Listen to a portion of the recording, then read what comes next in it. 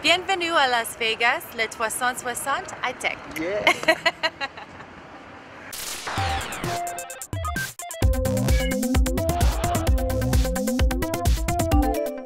Bonjour à tous, salut les geeks. Salut Ben. Salut Greg, salut Anne. On est toujours ici à Las Vegas pour le CES 2012. Oui. Troisième quotidienne du 360 High-Tech, deuxième jour du salon. Là, ça va les pieds, les chaussures neuves, Anne? Non, même pas, tu vois, c'est mes chaussures spéciales pour le salon et je les sens même plus. Alors j'ai plus de mollets, je sais pas. Je crois que je suis sur une sorte de roulette là en ce moment. Donc voilà. Bon, c'est des journées bien chargées parce qu'on essaie de voir un maximum de choses. Toujours. Alors on a évidemment vu encore pas mal de choses hier. On va vous montrer les images. Oui. On a quelques petits sujets comme ça sous le coude pour vous. On va commencer, Greg, peut-être par cette montre que tu as vue il y a quelques instants derrière nous dans Central Hall. Au Venetian. Au Venetian, alors. Pour une fois. Il y a aussi des choses au Venetian. Il y a aussi des exposants qui sont ailleurs que. En fait, il y a la halls, PMA au Venetian, tout simplement. Et du coup, il y a beaucoup de stands finalement là-bas d'accessoiristes et notamment d'accessoiristes principalement. Voilà. En gros, ça veut dire que les trois immenses halls suffisent pas. Il y en a même dans les hôtels. Exactement. Bah, tout à fait, tout simplement parce que cette année, la PMA fait partie du CES et donc tu as tous les accessoiristes photo qui sont au centre d'expo au Venetian. Donc c'est une sorte de mini parc des expositions qui est dans un hôtel. Hein. Tout à fait. Alors juste pour petite info, le centre d'expo, c'est l'endroit qui est regroupé à l'époque, les années d'avant, le fameux salon pour adultes, donc qui est reporté à cause de la PMA. Une chose qui va pas. Qui est reporté à la semaine prochaine. Il y a déjà des affiches partout. Allez, on rentre dans le vif du sujet, Greg, avec cette montre. Qu'est-ce qu'elle a de particulier? Donc, ce montre s'appelle Amewatch, qui est fabriqué par un constructeur italien. Et donc qui est une montre, la première montre entièrement sous Android. Tiens donc, avec un écran tactile. Quel intérêt? L'intérêt, c'est d'avoir une sorte de mini smartphone au poignet. Sauf qu'il n'y a pas la 3G évidemment, puisqu'elle n'a pas les Wi-Fi et Bluetooth, mais elle ne communique pas. Mais par contre, c'est pas un téléphone. C'est pas un téléphone, on va dire que c'est c'est une montre intelligente. Voilà. Une montre intelligente que tu pourras connecter avec ton téléphone par contre pour récupérer la connexion et donc accéder à tes mails, contacts, Twitter, Facebook, toutes les applications d'Android Market. Sur sa montre. Sur sa montre. Sur sa montre. C'est pas mal. Anne, alors tu t'es intéressé toi au dernier développement de la GoPro, cette caméra pour baroudeur. Tout à fait. Donc comme vous savez, il y a eu la nouvelle GoPro qui est la Hero 2 et on nous avait annoncé un module Wi-Fi. Ce module Wi-Fi arrive enfin. Elle sera disponible d'ici la fin du premier trimestre au prix de 99 $, donc 99 € sans doute pour nous. Et alors il y avait beaucoup de questions sans réponse pour l'instant. Tout à fait. Concrètement, la GoPro qui a une toute petite caméra, elle va donc voir ses capacités décuplées par ce... C'est un boîtier, c'est quoi? Alors en fait, c'est pas, voilà, la GoPro va pas être décuplée, elle fait ce qu'elle peut déjà, c'est déjà pas mal. Elle fait beaucoup et elle fait ce qu'elle peut. Non, l'avantage surtout c'est que c'est un petit module qui va se placer derrière le boîtier de la GoPro et qui va amener cette connectivité qui vous permettra par exemple de contrôler les shootings depuis un smartphone, un iPad ou encore depuis tout autre appareil Wi-Fi. Donc là on a les aérodrones de Parrot qui sont juste à côté de nous, on pourrait presque mettre une GoPro en plus de la caméra de l'aérodrone et piloter la GoPro à distance. Voilà, mais c'est surtout maintenant on va pouvoir avoir une visu. Jusqu'à maintenant on devait regarder un peu ce qui se passe. Là je sais pas, imagine que tu mets ta caméra sur la tête, tu pourras voir ce que tu es en train de voir. On peut avoir un écran de contrôle sans fil. Et attends, avec ce petit module Wi-Fi, tu pourras commander jusqu'à 50 GoPro en même temps. Alors ça, il y en a qui vont s'éclater. Effet Matrix garanti. Il y en a qui vont s'éclater. Moi, je suis passé comme vous d'ailleurs chez Asus. Alors, Asus, c'était au Trump, c'est l'hôtel le plus kitsch, le plus rococo de Las Vegas sans doute. Je sais pas si on le voit là, malheureusement. Je crois qu'on peut pas le voir. voir. On a fait des images avec Jorge. D'accord. Une surface complètement dorée. Tout à fait. Avec des lustres et des dorures partout. Le Trump. 62e étage. Alors, t'as vu la vitesse de l'ascenseur, Anne? Génialissime. 28 secondes. 28 secondes. Non, le pire c'est quand ça descend en fait.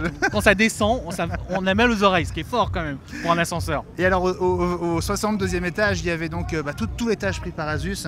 Oui. Avec des suites dans lesquelles on pouvait découvrir les nouveautés, et notamment cette fameuse nouvelle tablette de 7 pouces. C'est la Memo 370T. Elle arrive, je crois, courant du mois de mars, si je ne me trompe pas. Alors avec Asus, il faut toujours un peu se méfier sur les délais, parce qu'on a vu avec les premiers modèles de la production arrivent courant mars. Voilà, en masse en septembre, on va dire. En masse quelque part plus tard.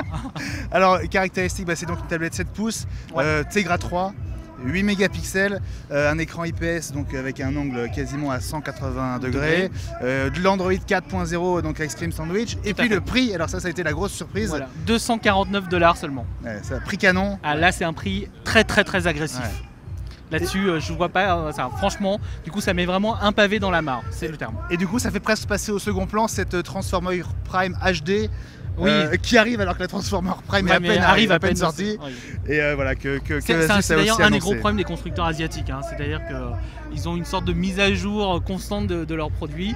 C'est pas aussi bien fini au niveau marketing stratégique qu'un Apple, malheureusement, par exemple. Alors on va passer maintenant à Lenovo avec toi, Greg. Et alors un portable.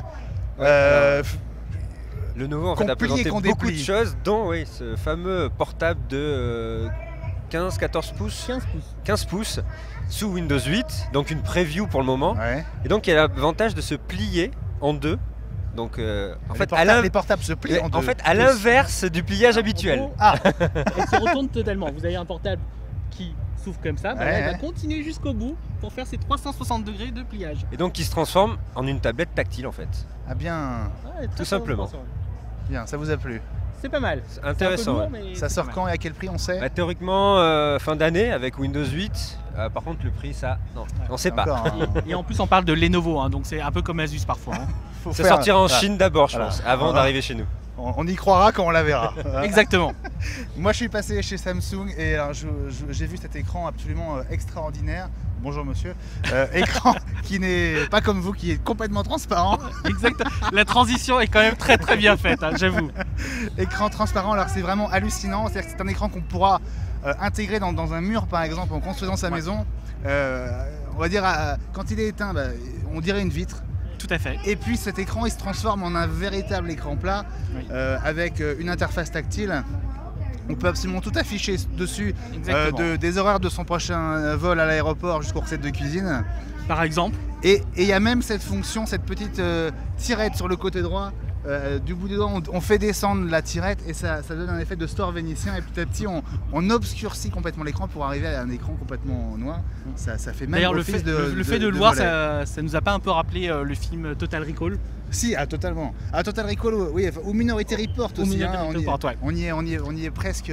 On y est, mine de rien. Et selon Samsung, c'est pas juste un prototype de démonstration. Oui. S'il le présente ici au CES à Vegas, c'est que c'est un écran qui va bientôt sortir. Et ça va vraiment. Ça va être drôle. Ça va être très sympa à la maison.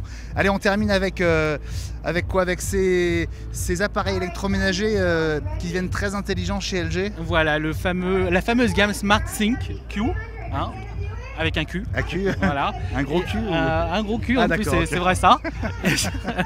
Et avec. Non. Non, mais on est un peu en direct, hein, donc c'est pour ça. Hein. Bref, donc l'avantage, c'est que LG croit en la connectivité totale de tous nos produits. Donc du coup, là, on se retrouve avec un réfrigérateur connecté, un lave-vaisselle, un lave-linge, une cuisinière, etc. Et c'est quand même l'avenir, tout simplement, parce que imagine, je sais pas, tu es en train de rentrer, t'as rentré dans ton réfrigérateur tous tes aliments. Eh bien, le jour où tu dis, allez, je vais faire les courses là, à l'improviste, tu pourras te connecter à ton réfrigérateur et récupérer la liste de ce qui te manque. C'est quand même formidable. Monsieur est toujours pas transparent. Toujours pas transparent. Son père n'est pas laveur de carreaux. Bon, c'est ça aussi. On rigole. On se met volontairement au milieu du CES, là où ça se passe. Il y a beaucoup de monde. Donc, fatalement, il y a beaucoup de monde qui passe aussi autour de nous, devant les écrans. Voilà, on a à peu près fait le tour de on a à peu près fait le tour de cette deuxième journée ici au CES. On vous donne rendez-vous demain pour la 4e et dernière quotidienne. Exactement. On sera vendredi.